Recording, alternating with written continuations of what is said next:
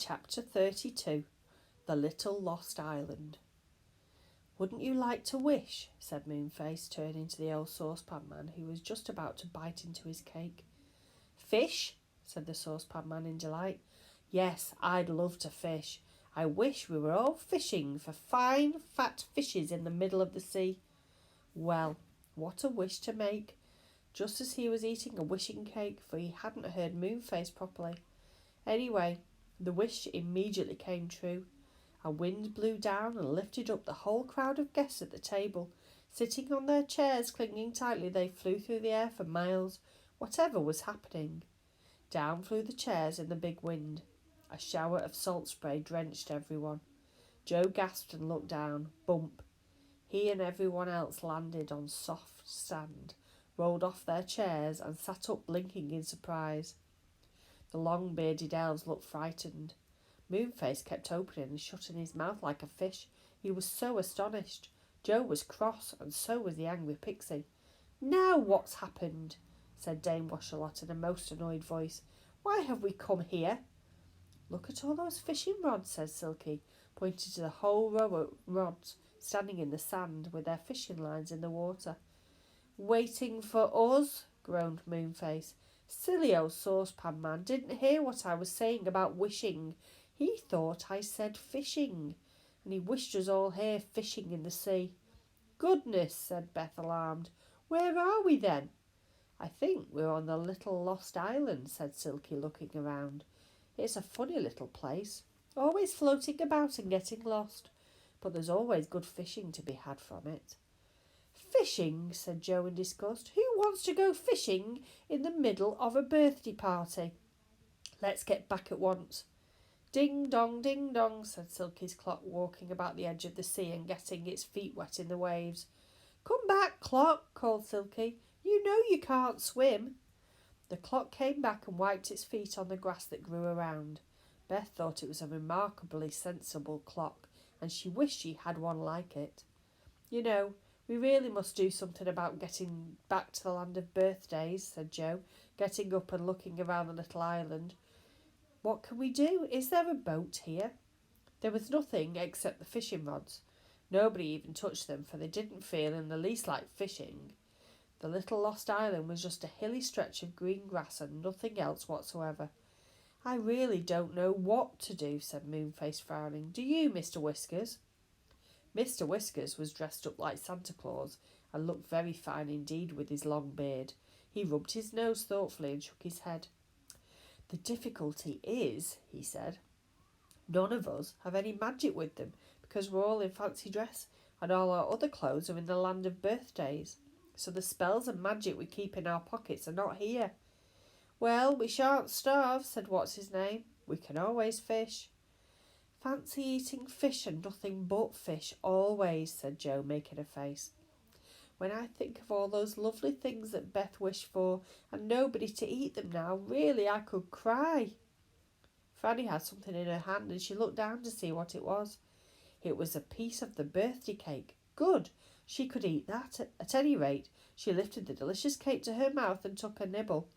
"What are you eating?" asked Moonface, bending over to see. "A bit of the birthday cake," said Franny, cramming all of it into her mouth. "Don't eat it! Don't swallow it!" yelled Moonface suddenly, dancing round Franny as if he'd gone quite mad. "Stop! Don't swallow!" Franny stared at him in astonishment. So did everyone else. "What's gone wrong with Moonface?" asked Silky anxiously. Franny stood still with a mouthful of birthday cake, looking with amazement at Moonface. "What's the matter?" she said with her mouth full. "You've got a bit of the wishing cake in your mouth, Franny," shouted Moonface, hopping first on one leg and then the other. "Wish, dear girl, wish." "What shall I wish?" said Franny. "Wish us all back to the land of birthdays, of course," yelled everyone in excitement. "Oh," said Franny, "I didn't think of that. I wish we were all back in the land of birthdays, enjoying our feast." Darkness fell around everyone very suddenly. No wind came this time. Moonface put out his hand and took Silky's. What was happening? Then daylight came back again, and everyone gave a shout of surprise and delight. They were back in the land of birthdays. Yes, there was a table in front of them, and more chairs to sit down on, and the same delicious food as before. "Oh, good, good, good," shouted everyone and sat down at once. They beamed at one another, very thankful to be back from the little lost island. "What a strange little adventure," said Joe, helping himself to a large piece of wishing cake. "Please be careful what you wish, everybody. We don't want any more adventures like this in the middle of a party."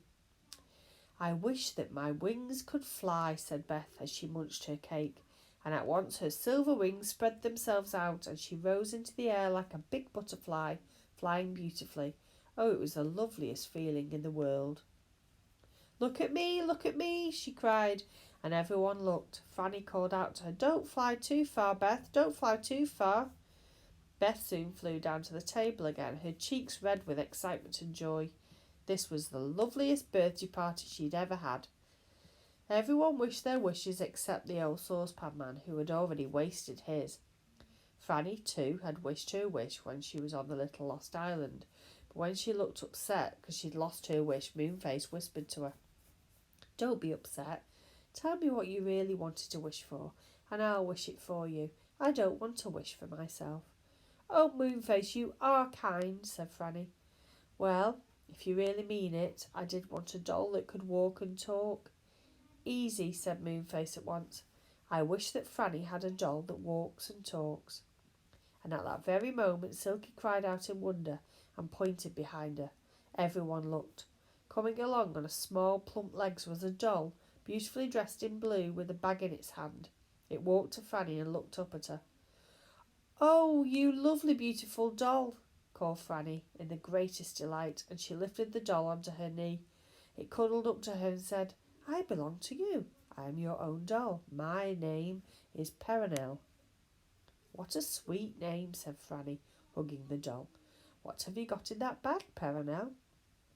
"All my other clothes," said the doll, and opened her bag. Inside were night dresses, a dressing gown, an overcoat, a raincoat, overalls, dresses, and all kinds of other clothes. Franny was simply delighted. "What did you wish, Joe?" asked Beth. Joe was looking all around and about as if he expected something to arrive at any moment. "I wish for a pony of my own," said Joe.